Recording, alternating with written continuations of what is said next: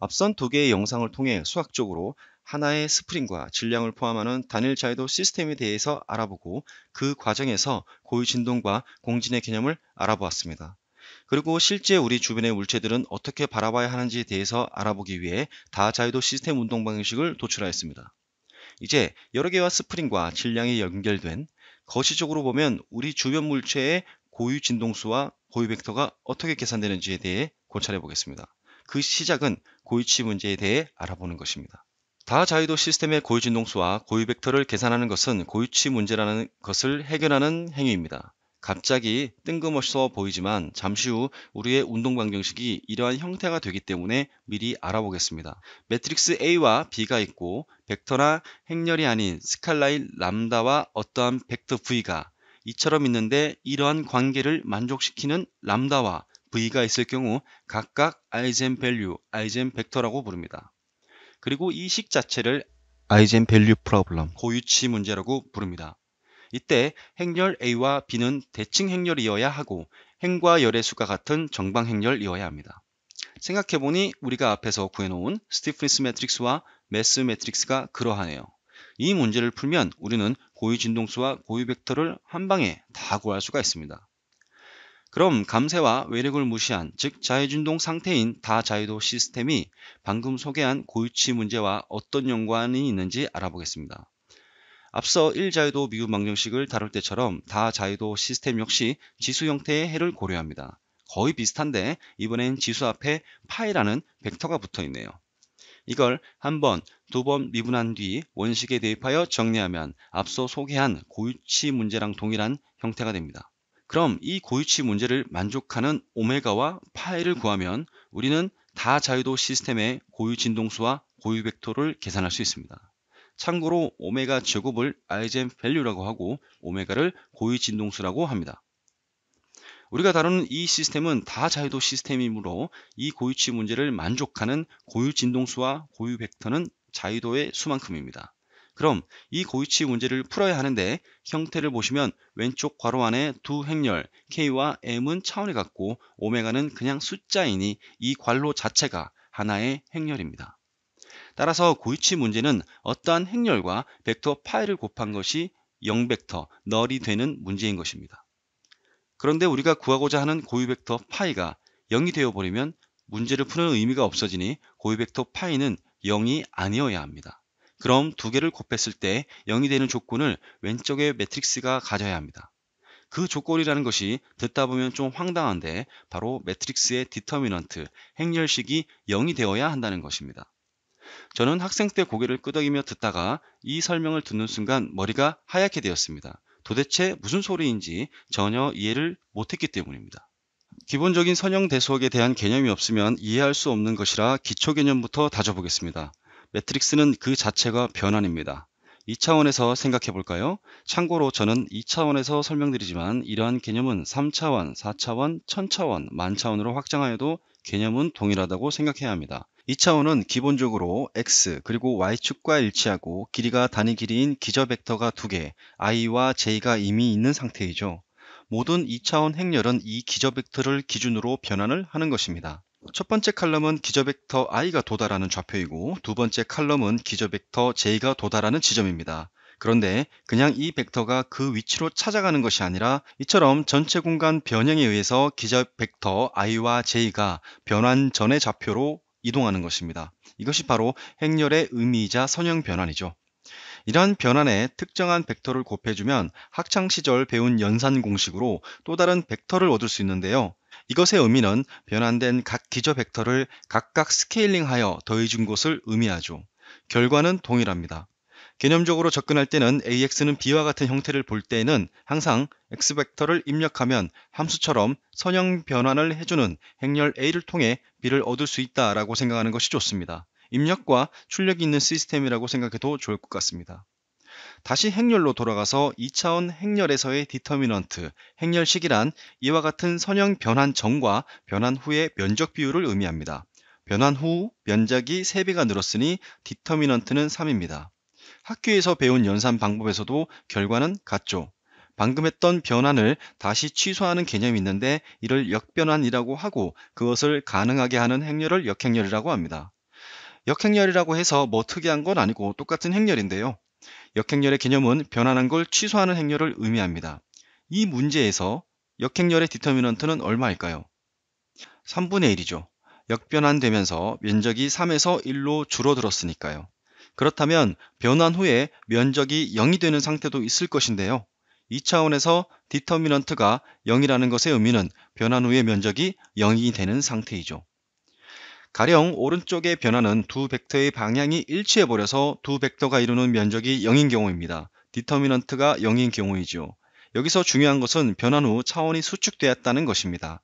차원이 수축되었다의 의미는 왼쪽 경우 두 개의 벡터를 늘리거나 더해서 2차원 평면 어디라도 갈 수 있지만 우측의 경우 두 벡터를 아무리 늘리거나 더해도 선 안에 갇혀버리기 때문입니다. 실제로 오른쪽 행렬에 어떠한 벡터를 곱해도 저 녹색 선을 벗어날 수 없습니다. 따라서 차원이 2차원에서 1차원으로 수축되었다고 할 수 있습니다. 좀 더 전문적인 용어로서 행렬에 의한 변환 후의 차원을 랭크라고 하는데 그러한 용어로 표현하면 왼쪽의 랭크는 2이고 우측의 랭크는 1입니다. 왼쪽처럼 각 벡터의 개수만큼 차원을 형성할 수 있는 경우 행렬의 벡터는 서로 선형 독립이다 라고 하고 우측처럼 벡터의 개수보다 변환 후 가지는 차원이 더 낮은 경우 각 벡터는 선형 종속이다 라고 합니다. 행렬의 선형 종속성을 확인하는 또 다른 방법은 행렬 내 특정 벡터를 나머지 벡터들의 조합으로 구할 수 있는지 확인해 보는 것입니다. 예를 들어 왼쪽에 1,1 벡터를 2배만 해주면 우측의 벡터가 되어버립니다. 그러나 왼쪽의 행렬은 그렇게 표현할 수 없죠. 이와 같은 배경 지식을 가지고 다시 다자유도 시스템의 특정 방정식으로 돌아가면 고유 벡터 파이가 0이 아니려면 이 네모안의 행렬은 차원을 수축시키는 것이구나 라고 생각할 수 있습니다. 바꾸어 말하면 n과 k가 일정하니까 이 행렬이 차원을 수축시킬 수 있도록 하는 오메가 제곱, 즉 아이젠밸류 값들이 n개만큼 있구나 라고 생각할 수 있죠. 따라서 다자유도 시스템의 고유 진동수는 이와 같은 네모안의 매트릭스가 변환 후 차원을 낮춰줄 수 있도록 하는 오메가들을 찾는 것입니다. 이번 영상에서는 다루지는 않지만 이러한 차원 수축의 아이디어는 다자유도 시스템을 단일 자유도 시스템으로 분해하는 데 나중에 이용됩니다. 기회가 되면 본 시리즈의 다른 편에서 알아보도록 하겠습니다. 다시 본론으로 돌아가서 오메가를 찾고 나면 고유치 문제에 대하여 고유 벡터 파이를 구할 수 있습니다. 참고로 파이를 계산할 때 역행렬의 개념을 활용할 수 없습니다. 고유치 문제에서의 행렬은 디터미넌트가 0이므로 역행렬이 존재하지 않으니까요. 무슨 말이냐면 변환을 거슬러 올라가는 역행렬의 개념은 변환 전과 변환 후의 차원이 동일해야만 존재할 수 있습니다. 한번 차원이 수축되고 나면 원래의 상태로 돌아가는 역행렬은 구할 수 없습니다. 따라서 고유 벡터 파이를 계산할 때 우리가 흔히 말하는 역행렬을 활용한 개념은 시도조차도 할 수 없습니다. 또한 백반양보에서 역행렬이 있다고 치더라도 우측이 0벡터입니다. 어떻게 변환하던 파이는 0이 되어버리니 이 경우도 우리가 원하는 결과는 아닙니다. 따라서 잘은 모르겠지만 실질적인 해석 솔루션 내에서의 계산 자체는 굉장히 복잡하고 난해할 것 같다는 느낌이 확 오네요. 실제 아바쿠스와 플랫폼에서는 서브스페이스 이터레이션 방법, 란초스 방법, 그리고 AMS 방법이라는 것을 활용합니다. 본 영상에서는 이러한 기법들을 통해 오메가와 파이를 어떻게 계산하는지에 대해서는 구체적으로 다루지 않습니다. 어지러운 계산 자체가 고유진동 해석을 이해하는 것의 본질은 아니니까요. 얼마나 끔찍하게 복잡한지 서브 스페이스 이터레이션 방법을 기준으로 잠깐 소개를 하면 엄청나게 큰 차원의 n과 k의 m개의 베이스 벡터를 선택해서 서브 스페이스를 형성하고 인버스 파워 메소드라는 걸 고려하는데 k와 m 행렬을 서브 스페이스에 투영하고 차원을 낮춰주고 하우스홀더 큐얼 메소드가 튀어나오고 더 깊게 나가면 촐레스키 분해를 해서 어찌저찌 이터레이션을 열심히 하면 아이젠밸류와 아이젠벡터를 구할 수 있다. 저도 제가 지금 무슨 말을 하고 있는지 모르겠습니다. 제가 생각하기에는 이런 계산은 알면 좋겠지만 더 중요한 것은 앞서 설명드린 단일 자유도에서 다자유도로의 확장, 공진, 고유 진동수와 고유 벡터의 개념, 그리고 그것을 설명할 수 있는 전반적인 흐름, 이러한 것들을 이해하는 것이 저는 훨씬 더 중요하다고 생각합니다. 그래도 조금 아쉬워하는 분들이 있을 수도 있을 것 같아서 아이젠밸류와 아이젠벡터를 구하는 전통적인 예제를 이렇게 잠시 띄워두겠습니다. 우리가 알아본 것들을 토대로 정리를 해보고자 합니다. 우리는 단일 자유도에서부터 다자유도 시스템까지 자유진동 상태에 있는 대상에 대한 고유 진동수 및 고유 벡터를 알아보았습니다. 이러한 자유진동에 대해 알아보는 이유는 실제 물리 세계에서 모든 물체는 이미 자유진동을 하고 있는 상태로 보고 있기 때문인 것 같습니다. 심지어 가만히 있는 물체로도 자유진동하는 것으로 바라보는 것이죠. 이 상태에서 외부의 하중 주파수가 물체가 가지고 있는 고유 진동수 중 하나라도 일치한다면 대응하는 고유 벡터와 일치하는 진동 패턴에 의해 이처럼 흰 알갱이들은 각각의 위치로 이동하는 것입니다. 사실 실제 물체는 무한개의 고유 진동수와 고유 벡터를 가지지만 실제 해석에서 이선화하여 계산할 경우 n개의 고유 진동수와 고유 벡터를 구할 수 있습니다. 3D 익스피리언스 플랫폼이 제공하는 스트럭처럴 메카닉스 엔지니어로 해석을 하고 나면 이와 같은 결과를 확인할 수 있는데요. 사용자가 원하는 숫자만큼의 고유 진동수와 벡터를 계산하여 출력해 줍니다. 만일 20개를 입력하면 20개의 고유 진동수와 대응하는 고유 벡터를 출력합니다. 그리고 고유 진동수 중에 가장 낮은 값부터 높은 값 순으로 결과를 나열해 줍니다. 이 결과를 통해 엔지니어는 어떠한 주파수에서 이 구조물이 취약할지, 그리고 그때의 진동 패턴은 어떠한 형태를 띠는지 확인할 수 있습니다. 사용자가 원하는 모드만큼만 n개의 고유 진동수가 있을 텐데 왜 훨씬 적은 개수만 조사를 할까요? 그 이유는 물리적으로 의미 있는 고유 진동수는 저차 모드, 즉 고유 진동수가 낮은 쪽 방향에 거의 다 쏠려 있기 때문입니다. 고유 벡터에 의한 모드 형상을 살펴보면 저차 모드가 상식적으로 봐도 물리적으로 고차 모드보다 발생하기 쉬울 것 같은 진동의 패턴을 보입니다. 따라서 고유 진동 해석에서는 저차 모드의 결과들이 훨씬 더 중요합니다. 몇 개의 모드까지 살펴봐야 할지는 엔지니어가 다루는 문제에 따라 달라집니다. 한편 Normalized Displacement로 표현되는 고유 벡터 결과는 진동의 패턴만 중요하므로 상대적인 차이만을 나타내면 됩니다. 따라서 최대값이 1인 결과들로 Normalized 되어 표현됩니다. 그리고 누군가 이런 질문을 할 수도 있을 것 같습니다. 다이렉트 인테그레이션 방법인 임플리시트, 익스플리시트 다이나믹 해석을 하면 되는데 왜 굳이 고유 진동 해석을 하지? 해당 외력 주파수를 여러 개 가하고 다이렉트 메소드로 시계열 해석을 해서 응답을 살펴봐도 되지 않는가? 라고 말이죠.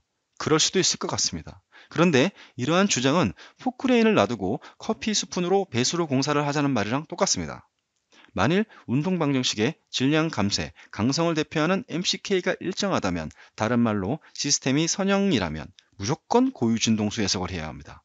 왜냐하면 결과는 똑같으면서도 100만 분, 아니 1000만 분의 1의 노력만 기울이면 되기 때문이죠.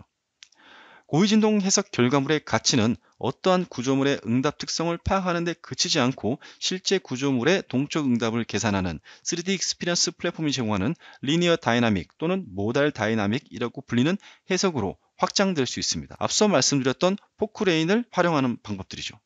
기회가 된다면 각각의 해석에 대해서도 다루어 보도록 하겠습니다. 정말 많이 들어보았지만 잘 이해되지 않았던 고유진동 해석에 대해 3편에 걸쳐 부족하나마 다루어 보았습니다.